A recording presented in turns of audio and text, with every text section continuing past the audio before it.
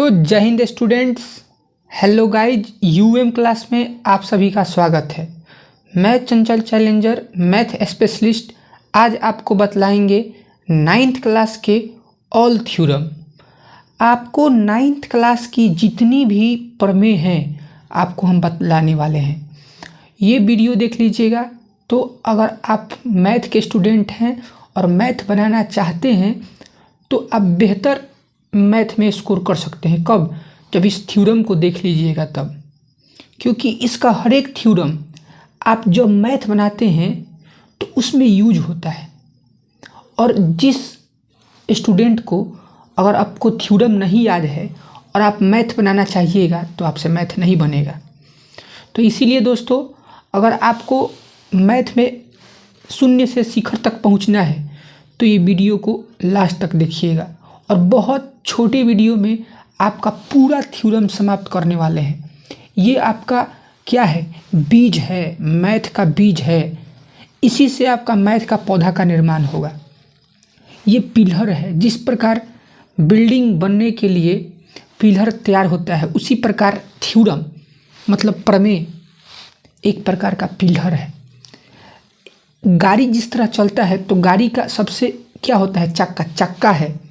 बिना चक्का का गाड़ी नहीं चल सकता है। उसी प्रकार बिना थ्योरम का आप मैथ नहीं बना सकते। तो वीडियो में बने रहिए और बिना समय गंवाए ले चलते हैं आपको प्रमेय पर, थ्योरम पर। तो देखिए फ्रेंड्स, स्टूडेंट्स, सबसे फर्स्ट थ्योरम क्या है? तो सबसे फर्स्ट थ्योरम का नाम है आपतन मान्यता। आपतन मान्यता। आपतन मान्यता क्या है? आपतन मान्यता 3 होता है कि एक बिंदु से अनंत रेखाएं गुजर सकती है। एक बिंदु से अनंत रेखाएं गुजर सकती है। ये एक प्रकार का थ्योरम है। कोई आपसे कोई क्वेश्चन पूछ सकता है कि एक बिंदु से कितनी रेखाएं गुजरती है, तो आपको आंसर में बोलना है अनंत। एक बिंदु से अनंत रेखाएं गुजर सकती है। इसमें 3 बात है। दूसरा बात है कि दो बिंदुओं से, बिंदु ए और बिंदु बी, दो बिंदुओं से कितनी रेखाएं गुजर सकती है? तो एक और केवल एक। एक और केवल एक। एक बिंदु से कितनी रेखाएं गुजर सकती है? अनंत। और दो बिंदु से कितनी रेखाएं गुजर सकती है? तो एक और केवल एक। एक और केवल एक। और यही आपसे तीसरा आपतन मान्यता में 3 चीज़ होता है। यही पूछते कि एक रेखा पर कितनी बिंदु होती है? तो एक रेखा पर अनंत बिंदु होते हैं। एक रेखा पर कितने बिंदु होते हैं? अनंत बिंदु होते हैं। तो ले चलते हैं आपको सेकंड थ्योरम पर। सेकंड थ्योरम है कि दो भिन्न रेखाओं में यहाँ पे 2 भिन्न रेखा है। एक रेखा है ए बी और एक रेखा है सी डी। तो 2 भिन्न रेखाओं में कितनी बिंदु उभयनिष्ठ होती है? तो एक और केवल एक। जो आपसे कहे कि 2 भिन्न रेखाओं में एक से अधिक बिंदु उभयनिष्ठ नहीं होते हैं, मतलब एक और केवल एक बिंदु उभयनिष्ठ होते हैं। 2 रेखाएं 3 प्रकार से होती है: प्रतिच्छेदी, समानांतर और संपाती। देखिए स्टूडेंट, यहाँ पे 3 प्रकार से रेखा है। देखिए, ये दोनों रेखा एक दूसरे को काट दी तो इसको कहते हैं प्रतिच्छेदी रेखा। प्रतिच्छेदी रेखा। और दोनों रेखा ए बी और सी डी के बीच का डिस्टेंस हमेशा क्या है? बराबर है। यहाँ 5 सेंटीमीटर तो यहाँ पे भी 5 सेंटीमीटर। तो इसको कहते हैं समानांतर रेखाएं। और 2 रेखाएं एक दूसरे के ऊपर हो तो उसको कहते हैं संपाती रेखाएं। तो 2 रेखाएं 3 प्रकार से होती है: प्रतिच्छेदी, समानांतर, संपाती। तो प्रतिच्छेदी में एक से अधिक बिंदु उभयनिष्ठ नहीं होते हैं। मतलब एक बिंदु उभयनिष्ठ होता है। समानांतर में एक भी बिंदु उभयनिष्ठ नहीं होते, इसमें एक से अधिक बिंदु उभयनिष्ठ नहीं होते, मतलब एक होते हैं। इसमें एक भी बिंदु उभयनिष्ठ नहीं होते, समानांतर में एक भी बिंदु नहीं मिलेगा। इसमें मिल रहा है कि नहीं, दोनों पर एक बिंदु उभयनिष्ठ है, मतलब जो दोनों में हो। उभयनिष्ठ मतलब क्या होता है, जो दोनों में हो। संपाती पर अनंत बिंदु उभयनिष्ठ होता है। यहाँ पे उभयनिष्ठ का बात हो रहा है कि प्रतिच्छेदी में एक बिंदु उभयनिष्ठ। उभयनिष्ठ मतलब जो दोनों में हो। जैसे यहाँ पे ए बी और ए सी दो गो पद है, ए बी और ए सी, तो दोनों में उभयनिष्ठ क्या है, ए। तो ए आप कॉमन ले लेते हैं, तो ए इंटू बी प्लस सी। तो उसी प्रकार प्रतिच्छेदी में एक बिंदु उभयनिष्ठ होता है, समानांतर में कोई भी बिंदु उभयनिष्ठ नहीं होता है, और संपाती में अनंत बिंदु उभयनिष्ठ होता है। संपाती में अनंत बिंदु उभयनिष्ठ होता है। तो ले चलते हैं नेक्स्ट थ्योरम पर, थर्ड नंबर। तो देखिए स्टूडेंट, तीसरा थ्योरम है आपके सामने कि यदि कोई रेखा पर कोई किरण आश्रित हो, जैसे कोई रेखा ए बी है और इस पर किरण आश्रित है। मान लीजिए कि किरण है सी डी किरण है। देखिए दोनों की ओर तीर हो तो उसको कहते हैं रेखा, एक साइड तीर हो तो उसको कहते हैं किरण, और तीर नहीं हो दोनों तरफ तो उसको कहते हैं रेखा खंड। मतलब इसको भुजा कहते हैं, रेखा खंड को ही क्या कहते हैं, भुजा। ये किरण है, रेखा ए बी पर एक किरण आश्रित है सी डी, तो क्या होता है। तो ये थ्योरम है। थ्योरम कहता है तो इस प्रकार दो कोण बनते हैं, कोण ए सी डी ये वाला कोण, और कोण बी सी डी, और ये दोनों कोण आसपास है, इसलिए इस दोनों कोण को आसन कोण कहते हैं। आसन कोण कहते हैं, और आसन कोणों का योगफल 180 डिग्री होता है। ये थ्योरम 3 है। और थ्योरम का एक खासियत है कि इसका विलोम भी सत्य होता है। हर एक थ्योरम का सरल रेखा है तो आसन कोणों का योगफल 180 डिग्री। अगर जिस आसन कोणों का योगफल 180 डिग्री हो तो सरल रेखा होगा। जैसे आपको कह दे कि ए और मान लीजिए कि डी दे दे, क्या दे दे, डी, और मान लीजिए कोई किरण है एम एन, क्या है, एम एन, और कहे कि ए एम एन और ए एम एन ये कौन बाएं वाला डी एम एन 180 डिग्री है, 180 डिग्री है, तो ए डी कौन रेखा है, तो ए डी सरल रेखा है। बात समझिए, सरल रेखा होगा तो आसन कोणों का योगफल 180 डिग्री होगा रैखिक युग्म अभिगृहित से, और आसन कोणों का जोड़ 180 डिग्री होगा तो रैखिक युग्म अभिगृहित के विलोम से जो रेखा होगा वो सरल होगा। ये चीज़ बोलना है, याद भी कर लेना है, आसान भी है। आसपास जो कोण होता है सरल रेखा पर वो 180 डिग्री होता है। 180 डिग्री को संपूरक कहते हैं। क्या कहते हैं, संपूरक। अभी आगे बताने वाले हैं, तो समझ में आया। चलते हैं नेक्स्ट टॉपिक पे। नेक्स्ट टॉपिक है दोस्तों 4th नंबर, 4 नंबर। तो ये कहता है कि आसन कोणों के समद्विभाजकों के बीच 90 डिग्री का कोण बनता है। जैसे मान लीजिए कि 120 डिग्री है और ये 60 डिग्री।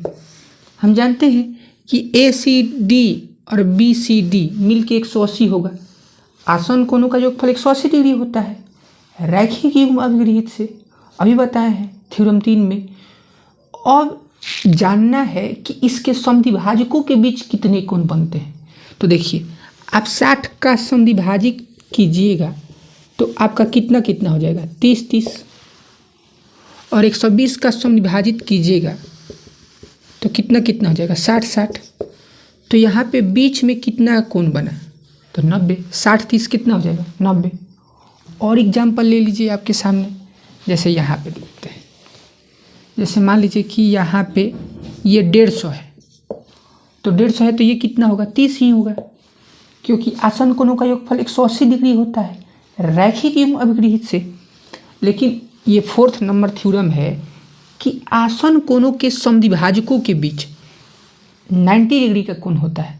ये एक प्रकार का मैथ का जीके है, आपको रट जाना है, तभी आप क्वेश्चन बनाने में आपको कोई तकलीफ नहीं होगी। चाहे आप कंपटीशन के स्टूडेंट हैं, चाहे 9th क्लास के स्टूडेंट हैं। 9th क्लास देखिए आपका बेस ठीक रहेगा तभी ना आपको आगे दिक्कत नहीं होगा। तो आपको वीडियो में बने रहना है और वीडियो बारीकी से देखना है, बहुत ही इंपॉर्टेंट होने वाला है। तो 150 का आप जब इसको डिस्ट्रीब्यूट कीजिएगा बराबर बराबर में तो 75 होगा। कितना होगा? अभी फ्रेंड्स मैंने थोड़ा सा पानी पी लिया और फिर मैं पढ़ाता हूँ। अभी हम लोग कहाँ पे थे कि आसन कोणों के समद्विभाजकों के बीच 90 डिग्री का कोण बनता है। तो देखिए आप 150 का डिस्ट्रीब्यूशन कीजिएगा बराबर बराबर, तो कैसे? अच्छा 150 का 75 कैसे आएगा? तो 150 में 2 से भाग दे दीजिए, भाग देने तो आता होगा, तो 75 हो जाएगा। 30 में 2 से भाग दीजिएगा तो 15 हो जाएगा। अब इस कोण को जोड़िए, अंदर वाला को, समद्विभाजकों के बीच 75 और 15 कितना हो जाएगा 90 हो जाएगा। 75 + 15 कितना हो जाएगा 90। तो आपको याद कर लेना है। हम देखिए थ्योरम एक प्रकार का मैथ का जीके है, और मैथ का जीके याद तो मैथ में आप हो जाएंगे हीरो। आसन कोणों के समद्विभाजकों के बीच 90 डिग्री का कोण बनता है। 5 नंबर पर में है, 2 रेखाएं 3 प्रकार से होती है, प्रतिच्छेदी, समानांतर, संपाती। तो प्रतिच्छेदी पर एक बात है। प्रतिच्छेदी पर क्या बात है सर? तो प्रतिच्छेदी पर सबसे इम्पोर्टेंट यही बात है कि प्रतिच्छेद 2 रेखाएं प्रतिच्छेदी हो तो समूह कोण बराबर होते हैं। समूह कोण बराबर होते हैं। समूह कोण क्या है? समूह कोण मान लीजिए कि ये बिंदु O पर काटा, तो AOD मतलब कोण O को सूचित कर रहा है, बीच में O है। और COB भी बोल सकते हैं, BOC भी बोल सकते हैं, BOC, यही समूह कोण होते हैं। आमने सामने को समूह कोण कहते हैं, आसपास को आसन कोण कहते हैं। जैसे 120 और 60 आसन कोण है, 150 और 30 आसन कोण है। लेकिन AOD और BOC ये शीर्षाभिमुख कोण है, शीर्षाभिमुख या सम्मुख।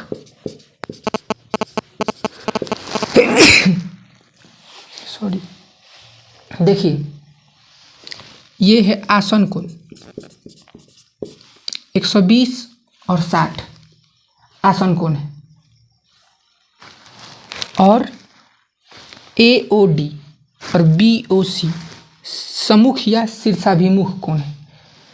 तो आसन कोण का संबंध 180 डिग्री से, और शीर्षाभिमुख कोण क्या होता है बराबर। बताइए तो AOC का शीर्षाभिमुख कोण कौन है? BOD, AOC ये कोण, BOD ये कोण, ये आपस में क्या होंगे बराबर होंगे, ये आपस में क्या होंगे बराबर होंगे।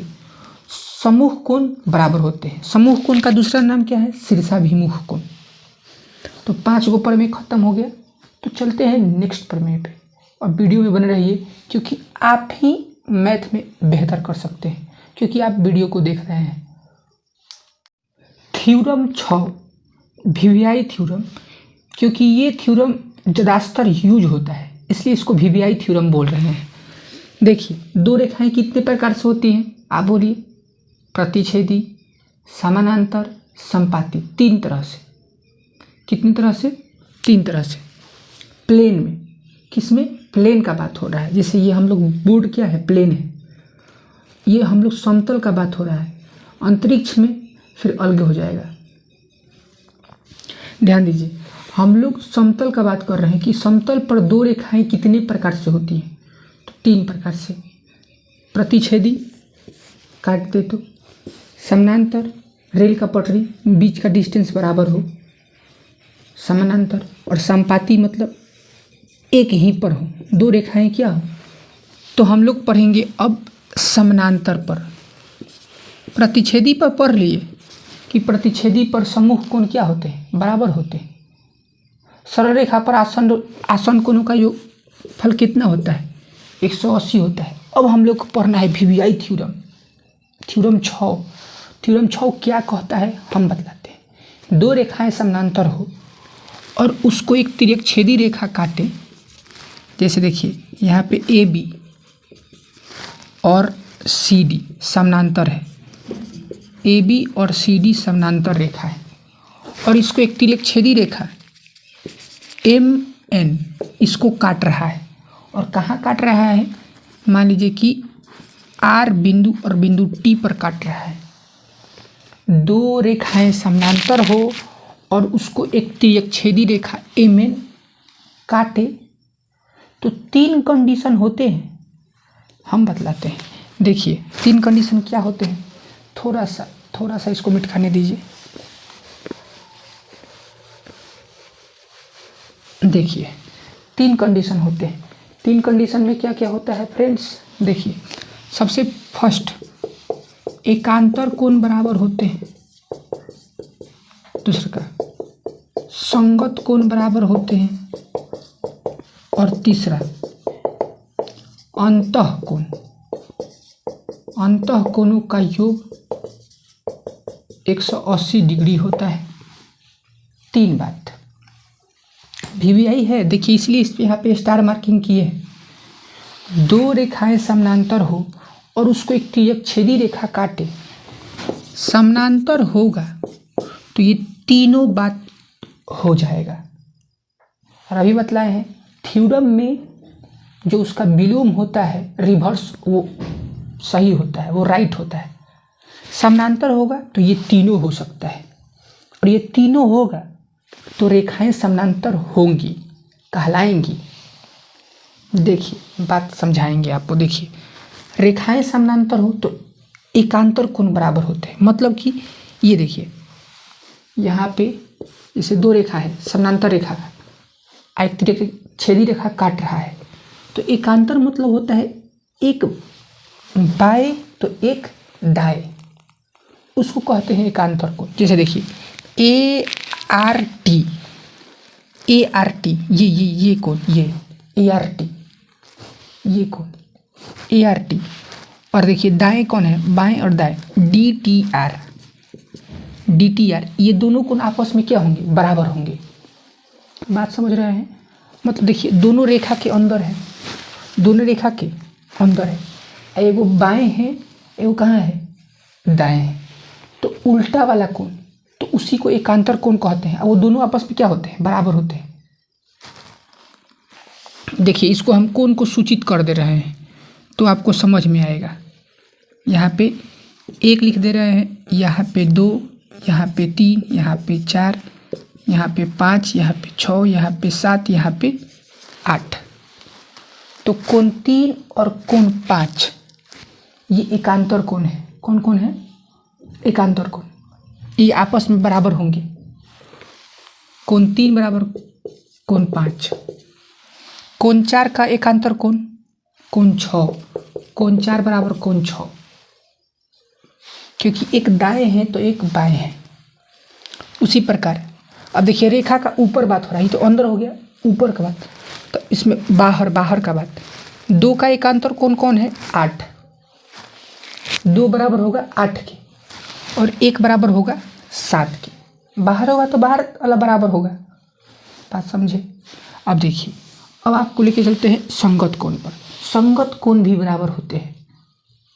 जैसे संगत मतलब सेम टू सेम, जैसे देखिए रेखा के ऊपर तो यहाँ पे भी रेखा के ऊपर, और दाएं तो दाएं, जैसे एक का संगत कोण कौन है?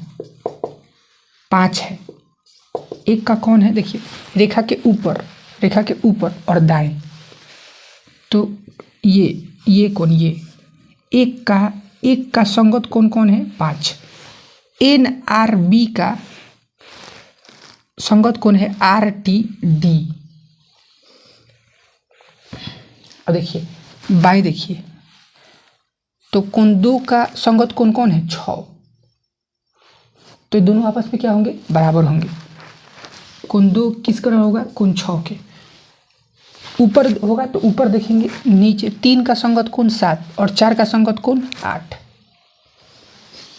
अंतः कोण मतलब होता है अंदर वाला कोण। जैसे देखिए 4 और 5 अंतः कोण है, तो 4 और 5 का कितना होगा? योगफल 180। 6 और 3 ये दोनों कोणों का योगफल कितना होगा? 180। अंतः कोणों का योगफल 180 डिग्री होता है। और इसका विलोम भी सत्य है। अगर मान लीजिए कि कोई 2 रेखाएं हैं और उसको एक रेखा काट रही है, अगर ये एकांतर कोण बराबर है तो ये दोनों L और M कैसी रेखाएं हैं? तो समानांतर रेखाएं हैं। अगर ये एकांतर कोण है तो समानांतर रेखाएं, मतलब उल्टा समानांतर होगा तो तीनों चीज सही है।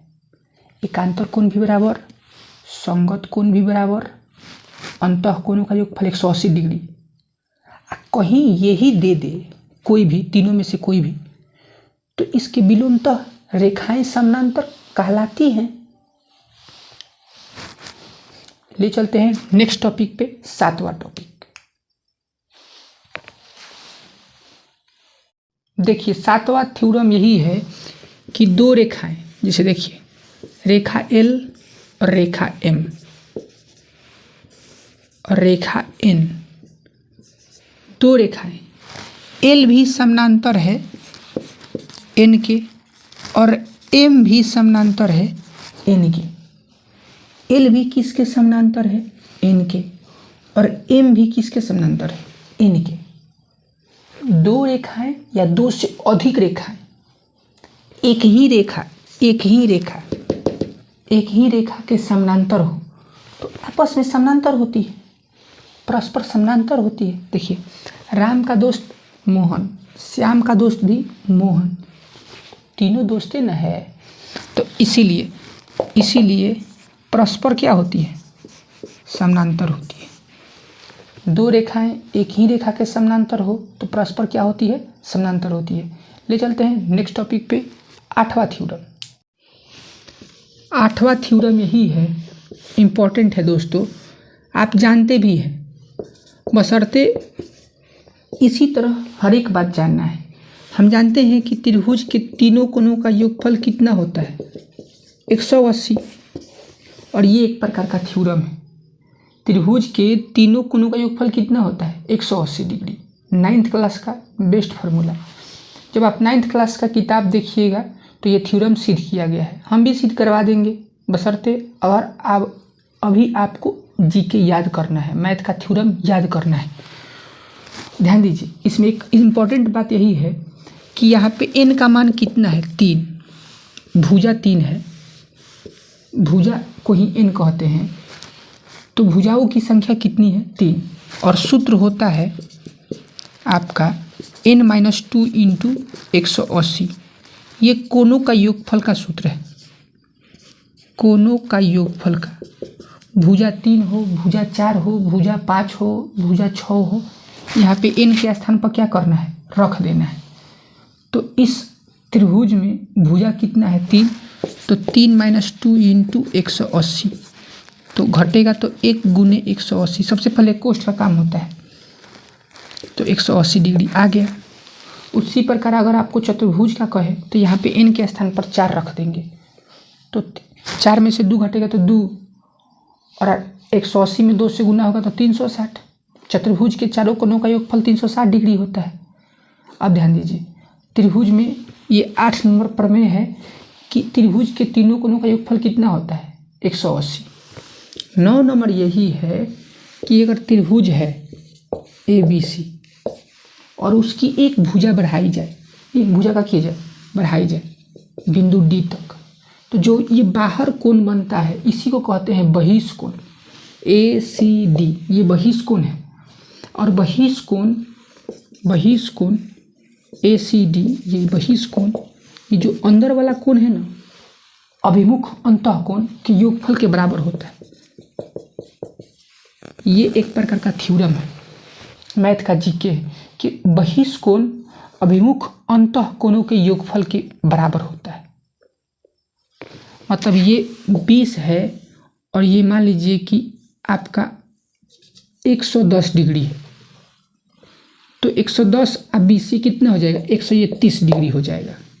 कितना हो जाएगा, 130 डिग्री। ये नियम है, ये थ्योरम है कि बहिष्कोण, एक भी चीज़ गलत नहीं है, आपको ये थी नहीं लेना है कि हाँ गलत हो जाएगा, नहीं। एक एक चीज़ बोल रहे हैं ना, मैथ स्पेशलिस्ट मतलब मैथ में एक भी पॉइंट गलती नहीं होगा, आप बारीकी से देखिए चीज़ों को। तो बहिष्कोण अभिमुख अंतःकोणों के योगफल के क्या होता है, बराबर होता है। और यहाँ से ये भी देख सकते हैं, इसका ऊपर में है कि जो बहिष्कोण होता है वो प्रत्येक अभिमुख अंतःकोणों से बड़ा होता है। देखिए 110 से भी 130 बड़ा है और 20 से भी क्या है, बड़ा है, क्योंकि इस दोनों के योगफल के ना ये बराबर होता है, तो ये प्रत्येक से बड़ा होता है। मतलब ACD A से भी बड़ा है और ACD कोण B से भी क्या है, बड़ा है। बहिष्कोण प्रत्येक अभिमुख अंतःकोणों से, ये अभिमुख कोण है, अंतःकोण है, अभिमुख अंतःकोण, तो दोनों के योगफल के बराबर होता है और प्रत्येक से बड़ा होता है। तो चलते हैं थ्योरम 10 पर। देखिए स्टूडेंट, मेरे डियर स्टूडेंट, आपके सामने 10वां प्रमेय यही है कि भुजा का जो फ्रेंड होता है वो कोण होता है। जैसे यहाँ पे त्रिभुज ABC है और इसमें AB और AC बराबर है। AB और AC क्या है, बराबर है, तो भुजा बराबर है तो कोण भी बराबर होगा, गारंटी। AB के सामने कौन है, कोण C, और AC के सामने कौन है, कोण B, तो ये कोण क्या होंगे, बराबर होंगे एकदम। भुजा का फ्रेंड्स कोण होता है, तो कोण का फ्रेंड्स भुजा होगा। राम का दोस्त श्याम है, तो श्याम का दोस्त कौन होगा, राम ही ना होगा। तो भुजा बराबर तो कोण बराबर, अगर कोण बराबर तो भुजा बराबर, दोनों बात सत्य है। मतलब भुजा देगा तो सामने वाला कोण ढूंढना है, अगर कोण देगा तो सामने वाला भुजा ढूंढना है। जैसे और एग्जांपल देखते हैं, जैसे ये देखिए, जैसे PQR, PQ छोटा है PR से, ये PR है, ये PQ ना, PQ ये छोटा है किससे, PR से। तो जैसा भुजा का संबंध वैसा कोण का संबंध। तो PQ के सामने कौन है, R, और PR के सामने कौन है, Q। तो कोण R भी छोटा होगा किससे, कोण Q से। भुजा बराबर तो कोण भी बराबर, भुजा बड़ा छोटा तो कोण भी बड़ा छोटा। जैसे PQ छोटा तो उसके सामने वाला कोण भी क्या होगा, छोटा होगा, और PR बड़ा है तो इसके सामने वाला कोण भी क्या होगा, बड़ा होगा। ये इंपॉर्टेंट थ्योरम है, इसका विलोम भी सत्य है। कोण देगा तो भुजा ढूंढेंगे, भुजा देगा तो कोण ढूंढेंगे, दिक्कत नहीं है। नेक्स्ट टॉपिक पे, सर्वांग। जैसे यहाँ पे देखिए, ये एक रेखा है AB, इसका लंबाई है 5 सेंटीमीटर। एक और रेखा है CD और इसका लंबाई भी है 5 सेंटीमीटर। मतलब ये दोनों सेम है। जब दो आकृति एकदम सेम टू सेम हो, फोटोस्टेट, तो उसी को कहते हैं सर्वांग। तो हम लोगों को पढ़ना है दो त्रिभुज के सर्वांग। दो त्रिभुज एकदम सेम टू सेम कब होते हैं, तो उसके लिए कंडीशन होता है। जैसे यहाँ पे दो त्रिभुज है ABCDEF और दोनों सर्वांग कब होंगे, तो 5 कंडीशन है फ्रेंड्स, 5 कंडीशन है। देखिए 5 condition, side angle side, angle side angle, angle angle side, side side side, right angle hypotenuse side. अगर एक त्रिभुज का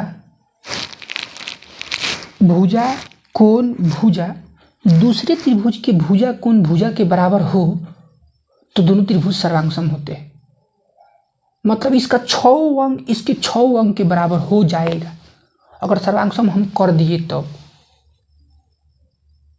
जैसे हम कोई भी शर्त से अगर आपको हम सर्वांगसम दिखा दिए और ये कह दिए कि ये 30 डिग्री है तो कोण डी कितना होगा, तो कोण डी भी 30 डिग्री होगा। काहे कि आप सर्वांगसम दिखा दिए तो इसका 6 अंक मतलब कि तीनों भुजा के बराबर हो जाएगा। ए बी डी के बराबर, बी सी ई एफ के बराबर, ए सी डी एफ के बराबर, और तीनों कोण के बराबर, कोण ए कोण डी के बराबर, कोण बी कोण ई के बराबर, और कोण सी कोण एफ के बराबर। बशर्ते आपको सर्वांगसम करने आना चाहिए, और सर्वांगसम करने का आ जाएगा क्योंकि वहाँ पे कंडीशन दिया रहेगा। जैसे यहाँ पे आपके सामने, जैसे देखिए यहाँ पे देखिए, छोड़िए यहाँ पे देखिए, ये यहाँ पे 2 समकोण त्रिभुज है, P Q R M N T समकोण।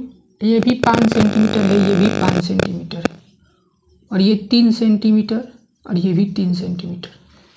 तो ये दोनों त्रिभुज सर्वांगसम है। दोनों त्रिभुज क्या है, सर्वांगसम है। देखिए आर एच एस से इसका राइट एंगल इसके राइट एंगल के बराबर है, कर्ण के बराबर है, और एक भुजा के बराबर है। तो पी क्यू आर सर्वांगसम है एम एन टी के। जब सर्वांगसम है तो अब 3 गो अंक तो बराबर था, ये 5 शर्त में 3 ही ना कंडीशन दिया है। अगर 3 कंडीशन इस 5 में से हो तो जो 3 गो बचेगा वो ऑटोमेटिक बराबर हो जाएगा। अगर कोई कह दे कि ये 4 सेंटीमीटर तो ये कितना होगा, तो एम एन भी 4 सेंटीमीटर होगा। सर्वांगसम करने के 5 शर्त होते हैं। 2 त्रिभुज के सर्वांगसम करने के 5 शर्त होते हैं। अब देखिए फ्रेंड्स, यहाँ पे 12 जो प्रमेय है, थ्योरम है, वो कहता है कि 2 त्रिभुज के भुजाओं का योगफल तीसरे भुजा से हमेशा बड़ा होता है। इसको याद कर लेना है। और एक ये भी बात है कि 2 भुजाओं का जो अंतर होता है वो तीसरे भुजा से छोटा होता है। देखिए एग्जाम्पल देते हैं, जैसे ये 5 है, ये 6 है, ये 7 है। तो बताइए 6 और 5 का योगफल हमेशा 7 से बड़ा होगा, मतलब त्रिभुज सत्य है। अगर ये कंडीशन लागू नहीं होगा मतलब ये त्रिभुज गलत है। 4 गो ऑप्शन देगा और कहेगा कि इसमें कौन त्रिभुज की भुजाएं हो सकती हैं, तो आपको देखना है कि किसमें 2 भुजा का योगफल तीसरे से बड़ा है।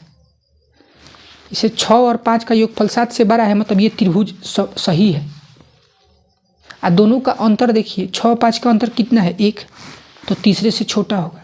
योगफल जो बचता है उससे बड़ा होता है, अंतर जो बचता है उससे छोटा होता है। बात समझे होंगे। देखिए 13 नंबर, एक बाह्य बिंदु से एक रेखा पर जितने भी रेखा खींचे जाएंगे, बाह्य बिंदु P है और रेखा है AB, और इस AB पर जितने भी P से रेखा खींचे जाएंगे ना, तो सबसे यूनिक रेखा कौन होगा। यूनिक मतलब कि सबसे छोटा रेखा बताइए। जो परपेंडिकुलर हुआ, जो लंब होगा, सभी रेखा में जैसे PT, PR, PM, PS, PN में सबसे यूनिक सबसे छोटा रेखा कौन होगा, जो लांबिक होगा, जो लंब होगा। PM लंब है AB पर, मतलब PM सबसे छोटा रेखा है।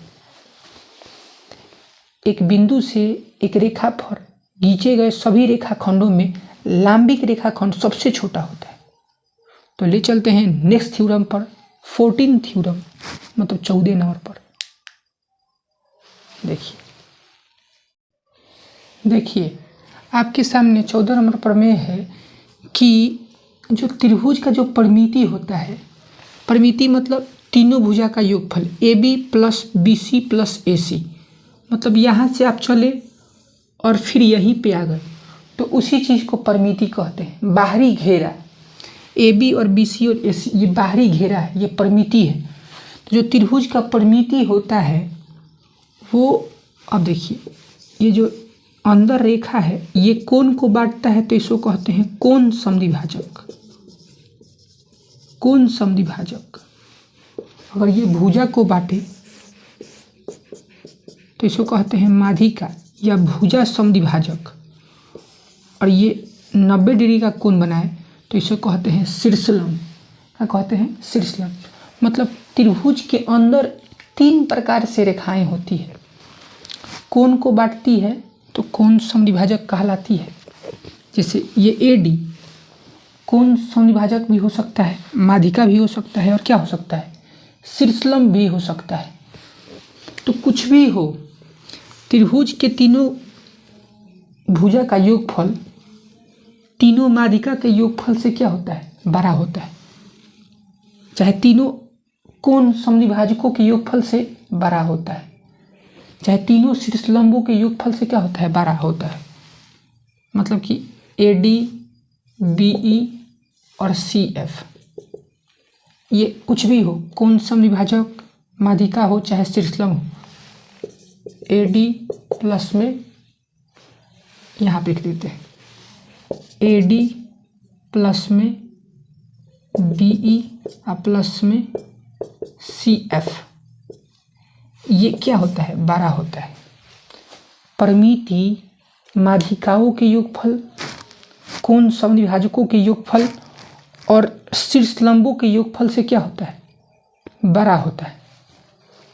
अब देखिए यहाँ पे बेस्ट थ्योरम, 2 भुजाओं का योगफल माध्यिका के दुगुने से भी बड़ा होता है, और 2 भुजाओं का योगफल मतलब जिस पर वो माध्यिका हो, जैसे देखिए ये AD A से जुड़ा हुआ है तो AB और AC का योगफल 2 AD से बड़ा होगा, वो चाहे माध्यिका हो चाहे शीर्षलंब हो चाहे कोण समद्विभाजक हो। अब देखिए 16 नंबर प्रमेय है कि चतुर्भुज के चारों कोणों का योगफल 360 होता है। अब देखिए नेक्स्ट टॉपिक पे चलते हैं। ये छोटा मोटा बात था, इसका सूत्र भी होता है। कोणों का योगफल निकालने का सूत्र अभी लिखवाए थे, n-2 × 180। चलते हैं नेक्स्ट टॉपिक पे फ्रेंड्स। देखिए स्टूडेंट, यहाँ पे आपके सामने 17 नंबर, 16 हो गया था, देखिए 17 नंबर मैटर नहीं रखता है, आपको बारीकी से याद कर लेना। देखिए हम 17 नंबर बतलाते हैं थ्योरम। तो समानांतर चतुर्भुज, ध्यान दीजिए, समानांतर चतुर्भुज किसे कहते हैं? जैसे एक चतुर्भुज है ABCD, देखिए AB और CD एक दूसरे के समानांतर है। रेखा 3 प्रकार से होती है, नहीं तो काट देगी, नहीं तो नहीं काटेगी, नहीं तो एक ही पर होगी। तो काटेगी तो प्रतिच्छेदी, नहीं काटेगी तो समानांतर, एक ही पर होगी तो समपाती। यहाँ पे AB और CD नहीं काट रही है तो इसको कहेंगे समानांतर रेखाएं। देखिए AB और CD समानांतर रेखाएं हैं, तो ऊपर नीचे के समानांतर। और देखिए बाएं वाला AD समानांतर है किसके? BC के। मतलब सम्मुख भुजा का दोनों युग्म AB और CD एक युग्म और AD और BC एक युग्म, मतलब दोनों युग्म समानांतर हो, ऊपर नीचे के समानांतर, बाएं दाएं के समानांतर, तो इसी को समानांतर चतुर्भुज कहते हैं।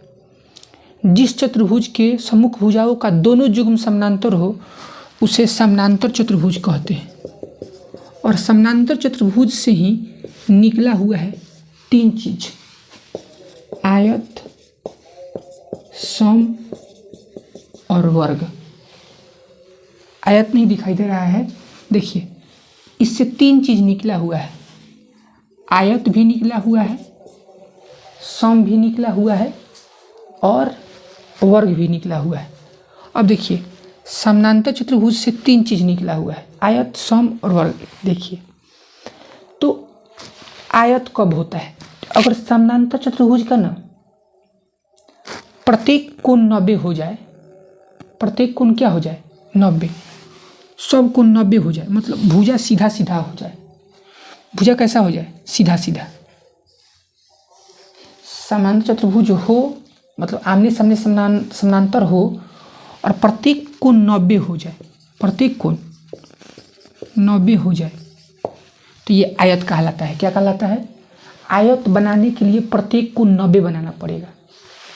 सम बनाने के लिए प्रत्येक भुजा को बराबर, इसमें आमने सामने ना भुजा बराबर होता है। समांतर चतुर्भुज के आमने सामने भुजा क्या होता है? बराबर होता है। आमने सामने का कोण भी बराबर होता है और विकर्ण समद्विभाजित करता है। तीन बात, आमने सामने का भुजा बराबर होता है, आमने सामने का कोण बराबर होता है और विकर्ण समद्विभाजित करता है। और ये ए और बी आसपास है तो आसन्न कोणों का योगफल 180 डिग्री होता है। देखिए, समानांतर चतुर्भुज का अगर सब भुजा बराबर हो जाए तो वो हो जाता है समचतुर्भुज। कौन चतुर्भुज? सब कोण बराबर हो जाए तो आयत, सब भुजा बराबर हो जाए तो सम, आ दोनों कंडीशन हो जाए, कोण भी बराबर और भुजा भी बराबर, तो वर्ग कहलाएगा। क्या कहलाएगा? वर्ग। खाली भुजा बराबर तो सम, खाली कोण बराबर तो आयत, और दोनों बराबर तो वर्ग। अब ध्यान दीजिए, हमको थ्योरम यही है 17 नंबर कि समानांतर चतुर्भुज का जो विकर्ण होता है ना उसको दो सर्वांगसम त्रिभुजों में बांटता है। मतलब ए सी बी, ए सी बी, ए सी बी ये सर्वांगसम है। ए सी बी मतलब सी, देखिए ए का संगत सी और उसके बाद ये सी का संगत ए, सी ए डी के, सी ए डी के सर्वांगसम होगा। सी ए डी के क्या होगा? सर्वांगसम होगा। इसको दो बराबर भागों में क्या करता है? बांटता है। ये थ्योरम है। समांतर चतुर्भुज का सम्मुख भुजा बराबर होता है, सम्मुख कोण भी बराबर होता है, ए सी के बराबर, बी डी के बराबर, और आसन्न कोणों का योगफल कितना होता है? 180। विकर्ण समद्विभाजित होते हैं। याद कर लीजिएगा, जो 100 से स्टार्ट है ना उसका विकर्ण समद्विभाजित करता है। समांतर चतुर्भुज का विकर्ण समद्विभाजित करता है और सम चतुर्भुज का भी विकर्ण क्या करता है? समद्विभाजित। जो 100 से स्टार्ट है उसका विकर्ण समद्विभाजित करता है और जो 100 से स्टार्ट नहीं है उसका विकर्ण बराबर होता है। समद्विभाजित तो सबका करेगा, काहे कि सब समानांतर चतुर्भुज है कि नहीं। लेकिन इसमें दो गो स्पेशल है, जो 100 से स्टार्ट नहीं है उसका विकर्ण बराबर होता है। आयत और वर्ग का विकर्ण बराबर होता है। आयत और वर्ग का विकर्ण का होता है बराबर। समद्विभाजित तो सबका होगा, काहे कि सब समांतर चतुर्भुज है इसीलिए। अब ध्यान दीजिए, जो दो अक्षर का है सम और वर्ग, उसके विकर्ण एक दूसरे पर 90 पर काटते हैं। सम का और वर्ग का, सम मतलब सब भुजा बराबर, तो उसका विकर्ण कितने पर काटता है? 90 पर। देखिए तीन बात, जो 100 से स्टार्ट है उसका विकर्ण समद्विभाजित करता है। समद्विभाजित तो सबका करता है, ये बात हो गया। और जो 100 से स्टार्ट नहीं है उसका विकर्ण केवल बराबर होता है। समद्विभाजित भी करता है, काहे कि सब क्या है? समांतर चतुर्भुज। सब क्या है? समांतर चतुर्भुज। और जो दो अक्षर का है, दो अक्षर का, उसका विकर्ण कितने पे काटता है? 90 पे। ले चलते हैं नेक्स्ट टॉपिक पे। बारीकी से मेरे बात को ध्यान से सुनिएगा तो आपको समझ में आएगा, गारंटी। देखिए स्टूडेंट, यहाँ पे 18 नंबर है कि त्रिभुज ए बी सी, दिखाई नहीं दे रहा है, कोई दिक्कत नहीं है, ए बी सी, और इसका ए बी का मध्य बिंदु है डी और ए सी का मध्य बिंदु ई। बात समझिएगा, हम कह रहे हैं एक त्रिभुज के दो भुजाओं के मध्य बिंदु को मिलाने वाली रेखाखंड, अगर मध्य बिंदु से जो रेखाखंड बनता है ना डी ई, वो आधार के समानांतर तो होता ही है और आधार के आधा के बराबर होता है। आधार के आधा क्या होता है? बराबर। और ये 10 होगा तो ये 5 होगा। ये एकदम करेक्ट बात है कि त्रिभुज के दो भुजाओं के मध्य बिंदु को मिलाने वाली रेखाखंड आधार के समानांतर और आधार की आधा क्या होती है? बराबर होती है। ये बात है। देखिए उसके बाद 20 नंबर पर में यही है कि यदि 3 रेखाएं समानांतर हो और उनके एक तिर्यक रेखाखंड द्वारा बनाए गए अंतःखंड बराबर, इसे ये तीनों रेखा समानांतर है, एल और एम और एन समानांतर है, और ये 5-5 सेंटीमीटर है और ये 3 सेंटीमीटर है, तो ये कितना होगा? तो ये भी 3 सेंटीमीटर होगा। एक तिर्यक रेखा द्वारा अंतःखंड बराबर है तो दूसरे तिर्यक द्वारा बनाए गए अंतःखंड भी क्या होते हैं? बराबर होते हैं। देखिए यहाँ पे 19 नंबर पर में यही है। 19 नंबर पर में एकदम आसान है, टेंशन नहीं लेना है। एक देखिए दोनों मध्य बिंदु दिया हो तो समानांतर होगा और आधा के बराबर होगा। अगर एक ही मध्य बिंदु दिया हो और समानांतर भी दिया हो, एक ही मध्य बिंदु दिया हो समानांतर भी दिया हो, तो अगला कौन बिंदु होगा? तो अगला भी मध्य बिंदु होगा। अगला भी कौन बिंदु होगा? मध्य बिंदु। 2 मध्य बिंदु दिया है तो समानांतर होगा। आंसर में क्या क्या होगा? समानांतर होगा और आधार के आधा क्या होगा? बराबर। अगर क्वेश्चन में 2 कंडीशन दिया है, समानांतर और एक मध्य बिंदु, तो आंसर में क्या होगा? जो दूसरा भी होगा वो भी मध्य बिंदु होगा। त्रिभुज के एक भुजा के मध्य बिंदु से आधार के समानांतर खींची गई रेखा दूसरे भुजा को मध्य बिंदु पर ही क्या करती है? प्रतिच्छेद करती है। और देखिए 21 नंबर पर में है कि 2 त्रिभुज एकदम सर्वांगसम हो, सेम टू सेम हो, तो उसका क्षेत्रफल भी क्या होता है? बराबर होता है। चलते हैं नेक्स्ट टॉपिक पे फ्रेंड्स, स्टूडेंट्स। देखिए स्टूडेंट यहाँ पे 22 नंबर है कि देखिए कोई भी 2 आकृति, चाहे 2 वृत्त हो, चाहे 2 त्रिभुज हो, चाहे 2 चतुर्भुज हो, कोई 2 आकृति अगर दोनों वो सर्वांगसम है, किसी तरह दोनों सर्वांगसम हो गया, तो उसका क्षेत्रफल भी क्या होगा? बराबर होगा। दोनों अभिलोम तो सत्य हम होता ही है कि सर्वांगसम होगा तो क्षेत्रफल बराबर, क्षेत्रफल बराबर होगा तो क्या होगा? नहीं, इसमें सर्वांगसम नहीं होगा। इसे देखिए इसका विलोम सत्य नहीं है। इसे एग्जाम्पल, जैसे मान लीजिए कि ये आयत है, एक त्रिभुज है, मान लीजिए कि क्षेत्रफल बराबर है, तो सर्वांगसम हो भी सकता है, नहीं भी हो सकता है, लेकिन सर्वांगसम होगा तो गारंटी क्षेत्रफल बराबर होता है। ये बात है। अब देखिए किसी त्रिभुज का माध्यिका उसको बराबर क्षेत्रफल वाले त्रिभुजों में क्या करती है? बांटती है। ये बात प्रमेय है, ये सत्य है। उसके बाद है समानांतर चतुर्भुज का प्रत्येक विकर्ण उसको 2 सर्वांगसम त्रिभुजों में बांटता है। आप जानते हैं तो सर्वांगसम होगा तो उसका क्षेत्रफल भी क्या होगा? बराबर होगा। मतलब आप कह सकते हैं कि समानांतर चतुर्भुज का प्रत्येक विकर्ण उसको 2 बराबर क्षेत्रफल वाले त्रिभुजों में बांटता है। ये बहुत इंपॉर्टेंट है। 23 नंबर VVI, एक ही आधार और एक ही समानांतर रेखा के बीच कोई 2 आकृति हो, मतलब 2 त्रिभुज हो चाहे 2 समानांतर चतुर्भुज हो, तो उसका क्षेत्रफल बराबर होता है। उसका क्षेत्रफल क्या होता है? बराबर। जैसे यहाँ पे देखिए, यहाँ पे ये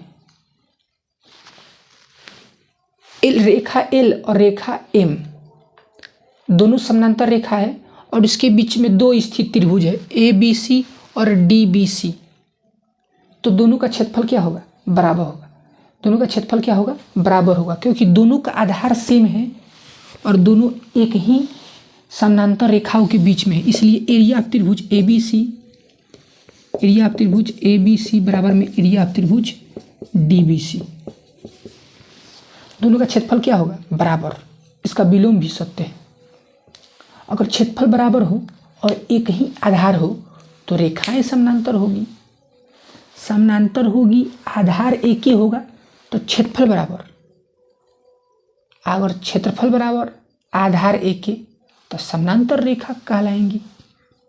अब ध्यान दीजिए, अगर दो त्रिभुज है और उसका क्षेत्रफल बराबर है और एक भुजा भी बराबर है, क्षेत्रफल बराबर है, एक भुजा भी क्या है, बराबर है, तो गारंटी उसका शीर्षलंब भी क्या होगा, बराबर होगा। काहे कि त्रिभुज का क्षेत्रफल होता है 1/2 आधार गुने ऊंचाई। जब एगो बराबर होगा 1/2 आधार गुने ऊंचाई, तो इधर भी वही होगा, तो 1/2 से 1/2 कट जाएगा, आधार आधार बराबर है तो आधार आधार भी कट जाएगा, तो ऊंचाई ऑटोमेटिक बराबर हो जाएगा। क्षेत्रफल बराबर हो और एक भुजा बराबर हो तो ये 5 सेंटीमीटर, तो दूसरा शीर्षलंब भी क्या होगा, 5 सेंटीमीटर।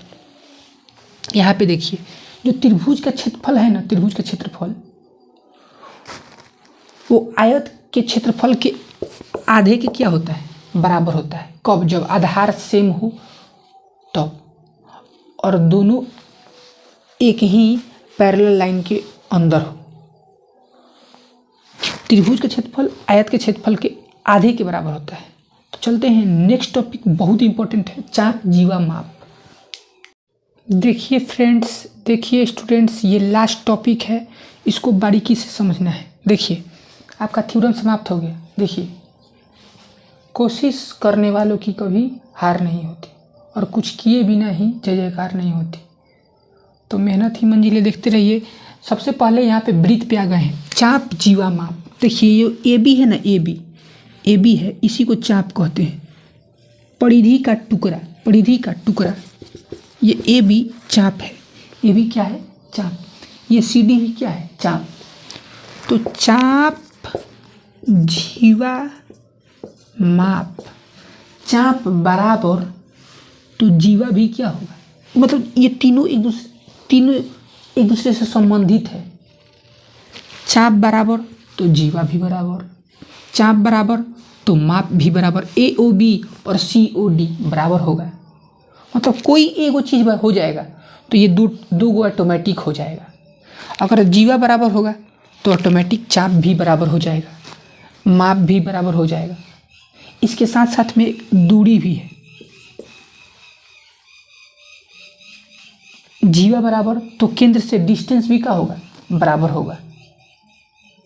बात समझ रहे हैं? चाप बराबर तो जीवा भी बराबर, चाप बराबर तो माप भी बराबर, उसी तरह जीवा बराबर तो माप भी बराबर, अगर माप बराबर तो चाप भी बराबर। ये बात समझे होंगे। चाप जीवा माप दोस्त है, किस तरह, कोण बराबर तो भुजा भी बराबर, उसी प्रकार। अब ध्यान दीजिए, वृत्त के केंद्र से जीवा पर डाला गया लंब जीवा को समद्विभाजित करता है, याद कर लेना है। केंद्र से अगर जीवा पर लंब डाल दीजिएगा तो जीवा दो बराबर भाग में क्या होता है, बट जाता है। उसके पार्टी यही है कि अगर वृत्त के केंद्र से जीवा के मध्य बिंदु को मिलाया जाए तो वहाँ पर कितना डिग्री का कोण बनेगा, 90 डिग्री का। 90 होगा तो दोनों मध्य बिंदु हो जाएगा, अगर मध्य बिंदु होगा तो 90 हो जाएगा। ये बात समझे होंगे। उसके बाद ध्यान दीजिए, यहाँ पे ध्यान दीजिए कि वृत्त की बराबर जीवाएं केंद्र से समदूरस्थ होती है। केंद्र से क्या होती है, समदूरस्थ होती है। और देखिए वृत्त में अगर एक जीवा बड़ा हो और एक जीवा छोटा हो तो जो सबसे बड़ा जीवा होता है वो केंद्र के निकट होता है, वो केंद्र के क्या होगा, निकट होता है। कंसेप्ट है, समझ जाना है, याद भी कर लेना है। देखिए ये इंपॉर्टेंट है, वृत्त अपने व्यास पर सममित होता है, मतलब व्यास पर उसको मोड़ दीजिएगा तो एकदम ढक लेगा, सममित होता है, बराबर। देखिए वृत्त के एक ही खंड, ये 60 डिग्री तो ये भी 60 डिग्री। एक ही चाप पर अगर एक ही खंड में कोण बन रहे हैं तो आपस में बराबर होते हैं। वृत्त के एक ही खंड के सभी कोण बराबर होते हैं। और वृत्त का केंद्र का कोण परिधि का कोण का, जैसे यहाँ पे 30 डिग्री होगा तो यहाँ पे 60 डिग्री। जो केंद्र का कोण होता है ना वो परिधि का दुगुना होता है, परिधि का क्या होता है, दुगुना। ये बात हो गया। यहाँ पे देखिए अर्धवृत्त का कोण समकोण होता है, अर्धवृत्त का जितना भी खंड का कोण बनेगा वो समकोण होगा। और अगर वृत्त के अंदर चतुर्भुज हो, मतलब चतुर्भुज के चारों तरफ अगर वृत्त गुजरा हो तो उसको कहते हैं चक्रीय चतुर्भुज। ये ABCD चक्रीय चतुर्भुज है। और चक्रीय चतुर्भुज के समूह कोणों का योगफल 180 डिग्री होता है और इसका विलोम भी सत्य है। अगर जिस चतुर्भुज के समूह कोणों का योगफल 180 डिग्री है मतलब वो चक्रीय चतुर्भुज है, मतलब उसके चारों शीर्ष से वृत्त गुजर सकता है। चक्रीय चतुर्भुज मतलब जिसके शीर्ष से वृत्त गुजरा हो, अब गुजरेगा तो गारंटी समूह कोणों का योगफल कितना होगा 180। एक लास्ट बात यही है कि यही वाला है कि एक ही खंड के कोण का होते हैं बराबर।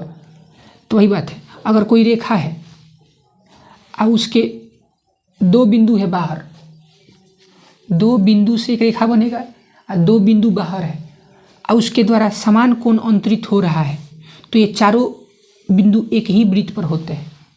तो वही बात है, एक ही खंड के कोण बराबर होते हैं तो कोण बराबर होगा तो चारों बिंदु एक ही वृत्त पर होगा। तो धन्यवाद, जय हिंद दोस्तों। और वीडियो अच्छा लगे तो प्लीज़ लाइक कीजिए और सब्सक्राइब कीजिए चैनल को मेरे। और ये वीडियो 9th क्लास के स्पेशलिस्ट जो स्टूडेंट हैं उनको शेयर कीजिए। 9th क्लास का पूरा थ्योरम आपको बता दिए हैं, एक ज्यामिति का जितना भी थ्योरम है सब बता दिए। जो कंपटीशन के आपके फ्रेंड्स हैं उनको भी शेयर कीजिए, उनके लिए भी लाभदायक है। तो ऐसे ही हमको मोटिवेट करते रहिए और मिलते हैं नेक्स्ट वीडियो में। जय हिंद दोस्तों, ज़्यादा लाइक कीजिए।